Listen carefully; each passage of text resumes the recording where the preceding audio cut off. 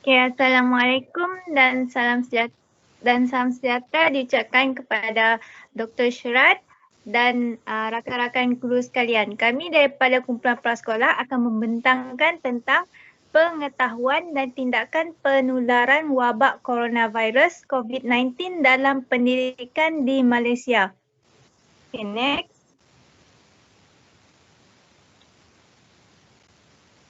Okay, penularan wabak coronavirus ini telah bermula dari wilayah Wuhan, China dan telah merebak ke seluruh negara termasuk Malaysia. Next.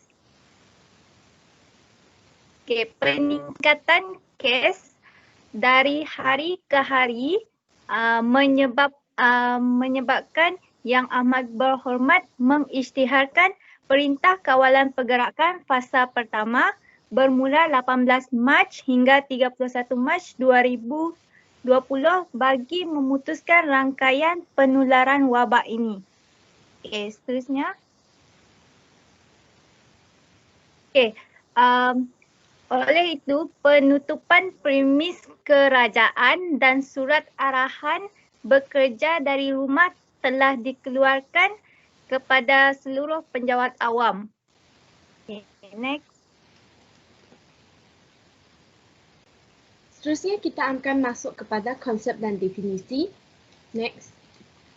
Okay, kita akan tengok definisi tentang coronavirus iaitu sejenis penyakit yang disebabkan oleh jangkitan virus SARS-CoV-2.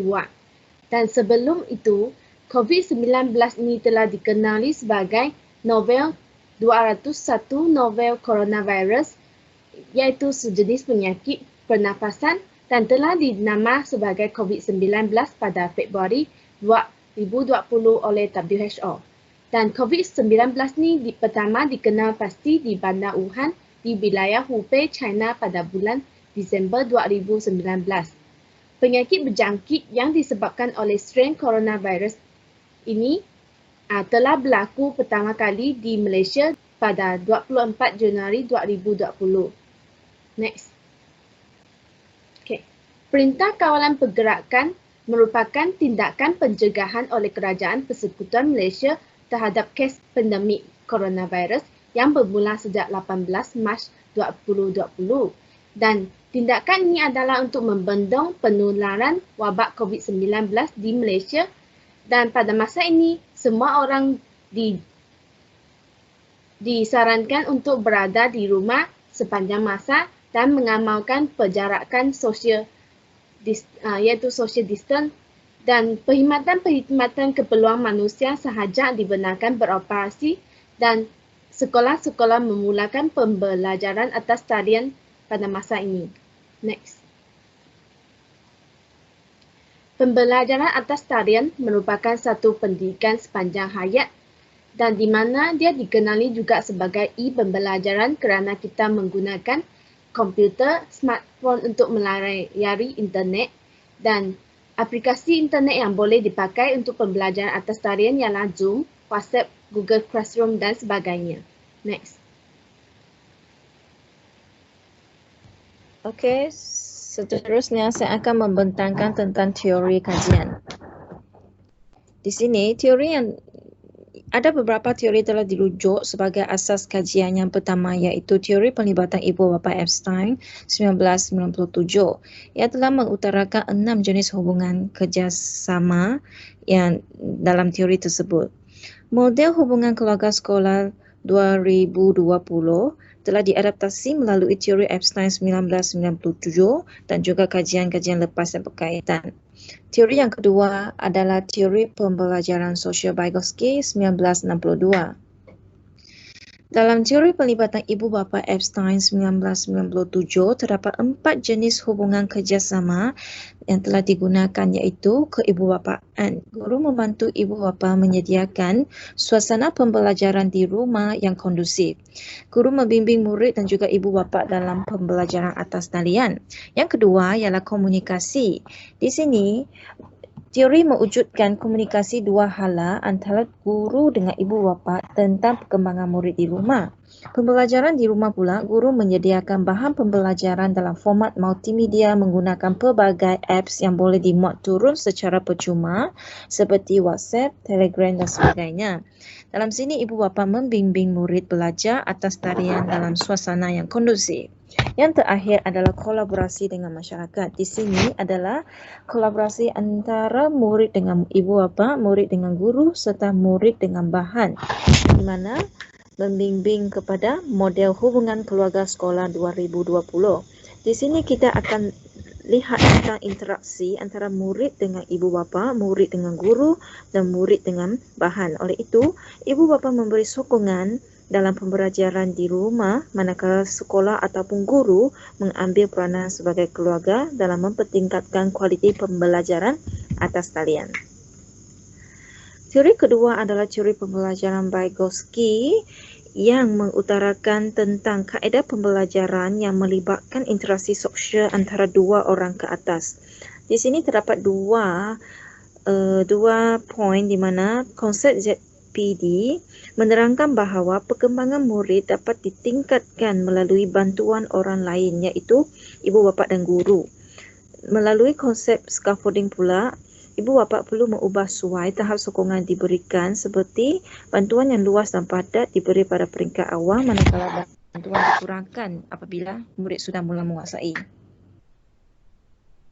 Kepada ibu bapa, penularan wabak COVID-19 ini memberi kesan ke atas kehidupan setiap rakyat. Walaupun secara tidak sekata, ramai bahawa kehidupan akan kembali seperti sedia kala dan bagi ibu bapa ini termasuk menyambung semula persekolahan anak-anak. Penutupan sekolah akan mengganggu pembelajaran para pelajar.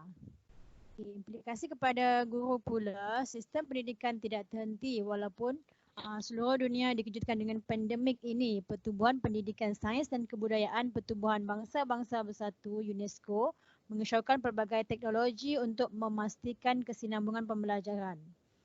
Guru boleh menggunakan platform pembelajaran dalam talian untuk pengajaran, berinteraksi dengan pelajar dan memberi latihan secara maya. Ramai pelajar pada masa kini mempunyai akses kepada peralatan teknologi di rumah. Aplikasi kepada pelajar sekolah dan institusi pula. Penularan ini memberi impak kepada pelbagai sektor. Kebanyakan negara telah mengarahkan penutupan sementara institusi pendidikan sebagai sebahagian daripada langkah untuk membendung penyebaran pandemik COVID-19 ini. Sehingga kini penutupan sekolah telah dilaksanakan di 192 buah negara dan lebih daripada 1.5 bilion pelajar terjejas. Kerajaan Malaysia juga telah melaksanakan Perintah Kawalan Pergerakan PKP bermula 18 Mac hingga kini dan semua sekolah dan institusi pendidikan diarahkan tutup. Keputusan penutupan sekolah ini banyak negara yang mengalaminya dan dijangka akan menyebabkan gangguan besar-besaran terhadap aktiviti pengajaran dan pembelajaran serta memberi kesan jangka panjang terhadap sektor pendidikan walaupun penutupan itu hanya sementara. Bagaimanapun, pandemik COVID-19 ini juga memberi peluang kepada kita untuk melihat semula dan mengubah sistem pendidikan yang ada untuk mendidik anak-anak kita dengan lebih baik pada masa depan. Dan terakhir sekali, yang keempat, implikasi kepada pelajar terhadap psikologi kanak-kanak dalam pembelajaran. Dalam peringkat umur, lumrahnya kanak-kanak suka bermain dan berseronok ke sekolah dan menerka pelbagai perkara bersama kawan-kawan. Namun disebabkan krisis COVID-19 dan arahan PKP ini, aktiviti harian mereka boleh dikatakan banyak berubah dan pergerakan mereka menjadi terhad. Dan fahami minat pula dalam kesan psikologi kanak-kanak tadi juga.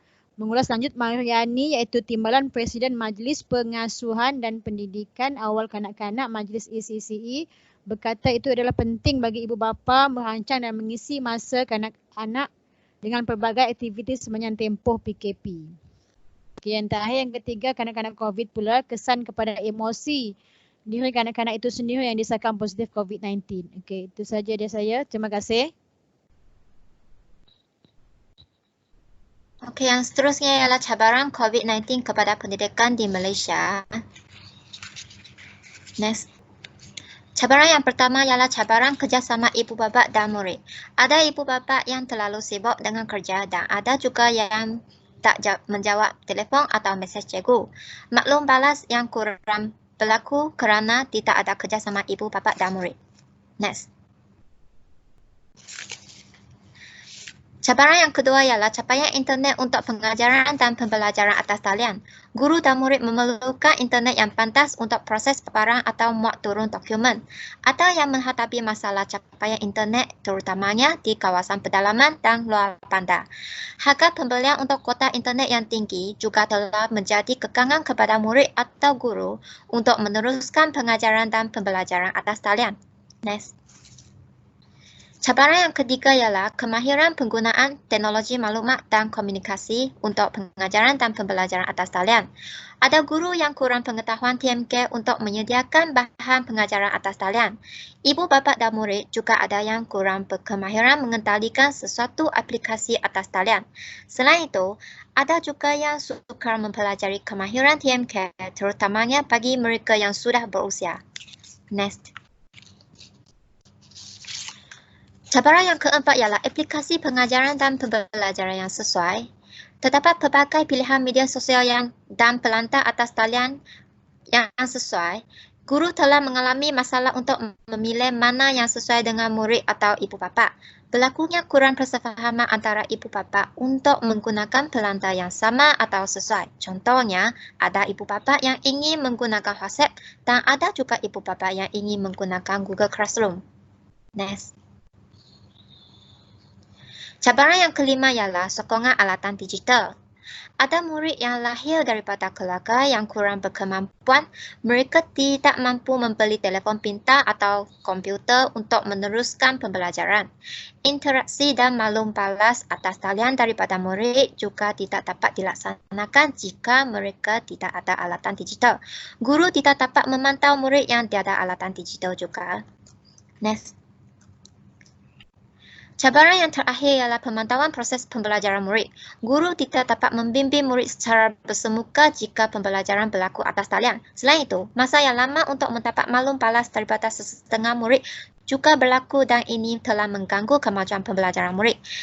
Terdapat juga murid yang tidak hadir semasa pembelajaran atas talian dan ini telah menyusahkan guru untuk memantau murid tersebut. Okay, terima kasih. Seterusnya kita sambung kepada cadangan-cadangan penyelesaian. Next. Kita tengok pada komitmen daripada ibu bapa dan murid. Kita maklum bahawa rumah dia merupakan ruang perjalanan selesa dan sesuai. Merupakan satu keperluan untuk anak-anak.